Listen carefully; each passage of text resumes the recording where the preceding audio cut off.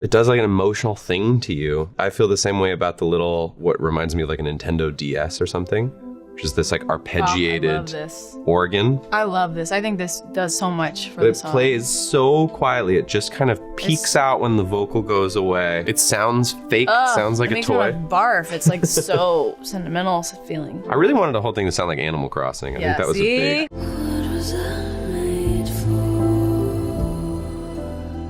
I am Billie Eilish. I'm FINNEAS. And we are going to be showing you how we made the song, What Was I Made For?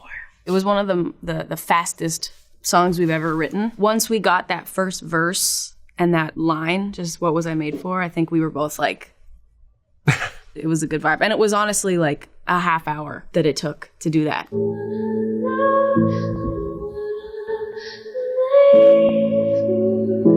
Made for.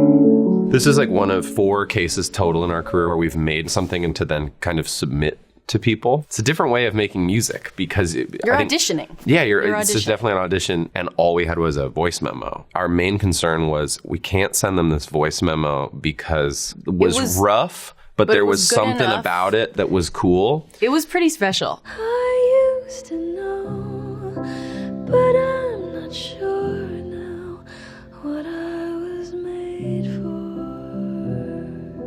It is top 3 hardest songs I've ever had to record. It's not even that it's high. It is high in my range, but it's not about that. It's about the delivery. I was trying to do a very specific thing with my voice, which was this like very soft, held back, upper range falsetto, whereas I could have belted it, I could have sung it more out, I could have sung it in like more of a choral, like choir type da da da da, and instead it was like a da da da da. I used to float. It's really hard to do. Like honestly, it's really hard to do. It's really hard to sound good and be enunciating the words correctly and enough. I remember that being a big part of the song was making sure that it was intelligible. I wanted you to understand what I was saying. Could have literally done like I used to float and now but that's not what the song wanted, and I could have gone, I used to float. There's so many ways I could have sung it, but none of it worked the way that this kind of heartbroken, almost like you were just crying and now you're singing delivery was, and it was the hardest choice of all of the choices I could have made.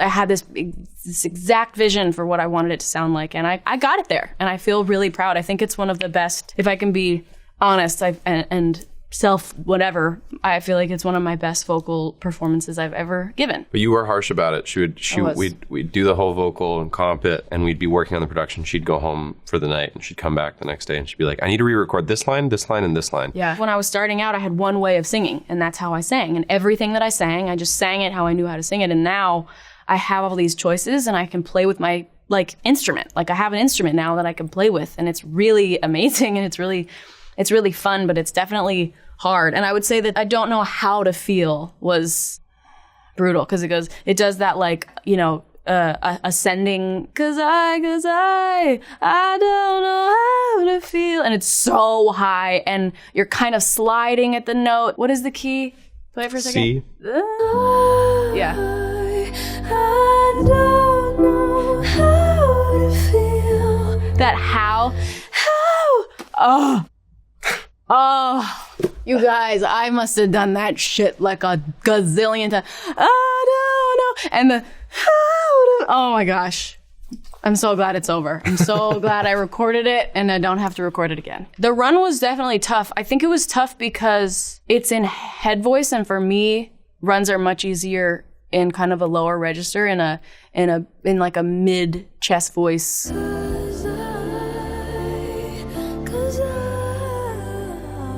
That was the one that came to me initially, and I really wanted to do it, but I was like, I don't know if I can get this one. The second chorus was belted for a while, and that run was belted, and it just didn't sound right. It just was like, this isn't what it's supposed to be. But of course, it's much easier to do that. I was like, oh God, I have to do the soft you know.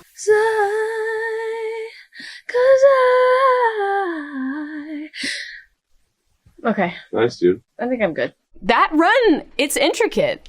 What is it? Cause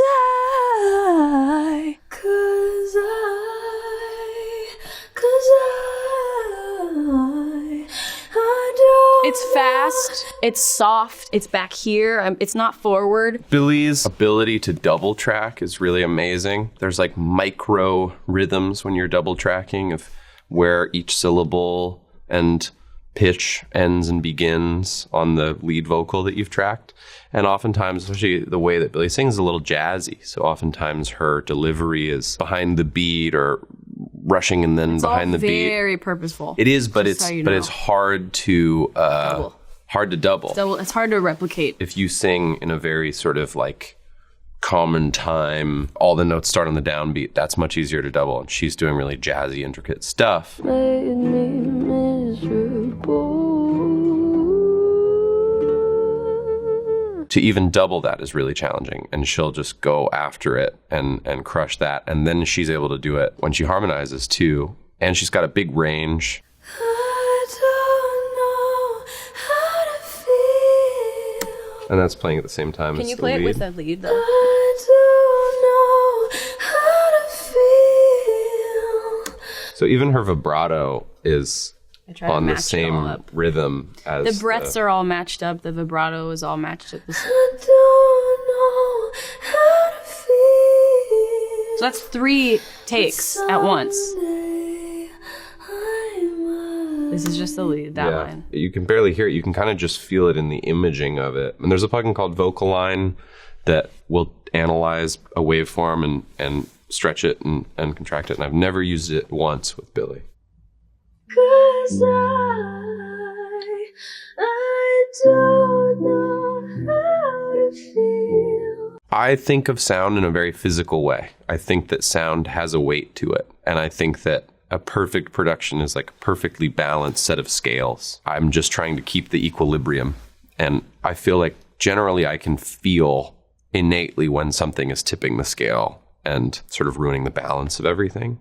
And it is all sort of like placing things really delicately and making sure that it holds. And then if it holds, maybe adding something else. But oftentimes, especially from a stereo perspective, it's like if something's going on over here, something's going on over here so that it balances. I've gone on record as saying this, but like the fantasy is that your vocal is unbelievable and the one instrument playing along to it, the piano or the guitar, is great. And that it's, you know, you're like Bob Dylan and it's just that. The art of production to me is just to enhance the emotionality. It isn't to gild a lily or something. So we just tried to be inventive and add to the sort of narrative components of it. One of my favorite components of the production on this, I've spent a lot of time just handing Billie some instrument that's in my studio because I'm more interested in what she's going to do experimenting with it. She has less years of standing, you know, behind a keyboard on a stage than I do. I don't really know what I'm doing. And that's exciting. As a producer, the idea that they're going to come up with is so much less theoretical, and I love that. And so I have this toy, this little keyboard that Custom Vintage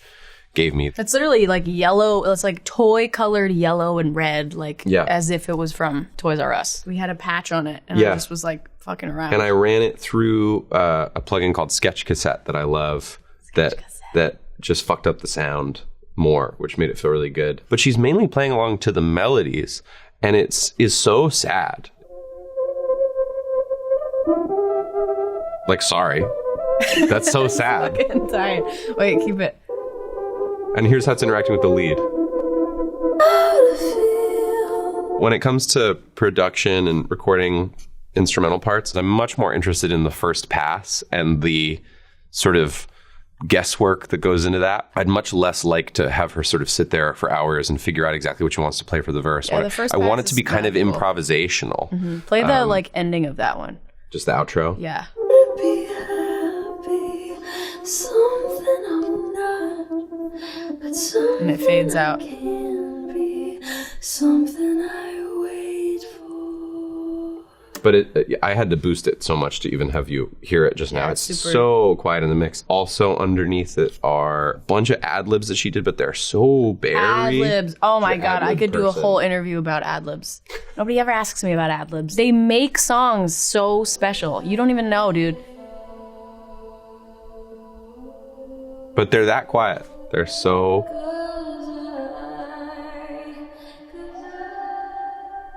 This one?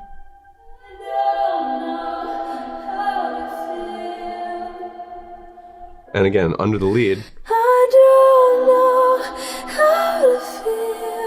Oh, I love that one. I don't know how to feel. But some Love it. Oh, it makes me so excited. I had this idea for the one on the second half of the first verse when it says taking a drive. I love this is here. Taking a drive. I just wanted it to have this weird kind of euphoric thing happening. So I said, woo! And I recorded that. Do you want to hear what it sounds like with no plugins? I forgot. And then I ran it through an overdrive and a channel EQ and a reverb plugin. It sounds like this.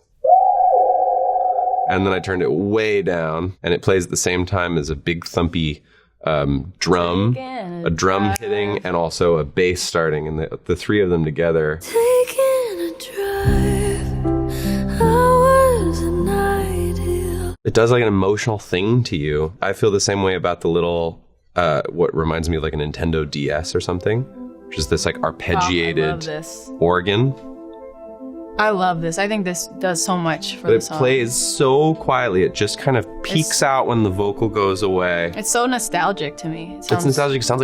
It sounds fake. Sounds like a toy. It makes me want to barf. It's like so sentimental. Also, a bunch of Mellotron patches. It reminds me of like Sims.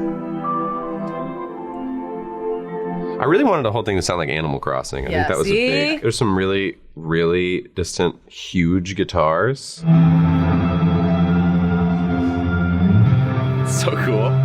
I love that that's hidden underneath. It's so funny producing music because when you record something like that, you inherently have to record it super loud because part of the way that a guitar sounds is the feedback. You have to record it loud enough that the pickup on the guitar is picking up the noise from the speaker. So you're playing your normal song and you're destroying your song with this like, butt rock guitar part. And as a producer that you're like, I'm going to chuck it as far in the background as humanly possible. No one would ever like think that that's in there. It adds energy. So much, yeah. There's just energy that's providing. And that's sort of that's like the physics of it. Of like, it would never sit in that song if we had it, super loud. Yeah. When we were writing this, we were very, very much writing about, a character. And we were writing from the perspective of a character and her life and the way she sees the world through her eyes and her experiences. And it wasn't until like 2 days later that I was listening to it and I was like, this is me. This is my life and how I feel. And it was pretty weird to like not realize that my subconscious was doing that. And also just that I related a lot to this character. I think it's an excuse to be a little braver than you might be willing if you are writing something that people are going to receive as autobiographical. So true. I think if you write a lyric like, I'm sad again, don't tell my boyfriend, and your boyfriend is going to hear it and think, Jesus Christ, that takes a different amount of courage than being like, that's Barbie. Not about you. No, it's literally not about you. Yeah, no, it's a character. Yeah. That's what I was hitting that the next day. I'm sad again. Don't tell my boyfriend. It's not what he's made for. When we were with Greta, we saw the first 35, 40 minutes straight. That was edited at the time. And then we saw sort of key moments that she wanted us to see. And we were shown what at the time was the scene that the song ends up in, which is the now feel scene, which made me cry watching that. And at the time had no music montage. Oh yeah, no montage. Had no life montage, which I later found out is like footage of the crew and cast's family members, which is beautiful. But at the time it was just a one shot of Margot crying in this like white room. But we loved that moment and that line. And she had sort of said we're missing what she was referring to as Barbie's heart song. Yeah. So we had all that in the back of our minds when we went into write. That pressure, like, almost doesn't exist when it's just us two, you know, in the studio in his house. Like, you know, we're eating like donuts and like making music and playing pickleball and stuff. It's just like the pressure of whoever the fat suits are. I don't know. Yeah, how do I quiet the noise? I'm not really listening. This is the team can attest. Not to throw Billie under the bus, but you're asking how she quiets the noise, and Billie's like, "What's going? I don't know what the hell is going on. Very little noise gets in there. I have 1,461 unread texts right now. I'm not looking at that stuff. I never really questioned the song. I was like, is that enough of a chorus? Just like repeating cause I don't know how to feel. I just was like, don't know how to feel. Like, am I saying enough? Like, does that convey what I mean? And I think that it so did. I was just nervous that it wasn't, you know, saying enough, but in a way it was like saying way enough, you know? It was really the perfect, like, simple way to be like, I don't know what I'm doing, you know? I don't know how to feel. I don't. And I think that that's kind of one of the most special parts of the song is just this like simple like statement that somebody could just say. I've said that before in my life. I think all of us have probably been like, I don't know how to feel. And literally that she doesn't know how to feel, like physically. We made the song early enough in the process of them scoring the film that after we'd written the song, they started using the melodies that we'd written for the song in the film score. And so there'd be scenes where there's an orchestra playing the melodies that are in the song in the film, kind of full circle, the orchestra that they'd recorded of the melodies of our song that they'd put in the movie. I was like, well, can we get a pass of the orchestra playing just sort of chords underneath the song so that it sort of ties all into the film score. This is like a breakout of like the orchestra stems. It's like a million microphones, but there's some horns.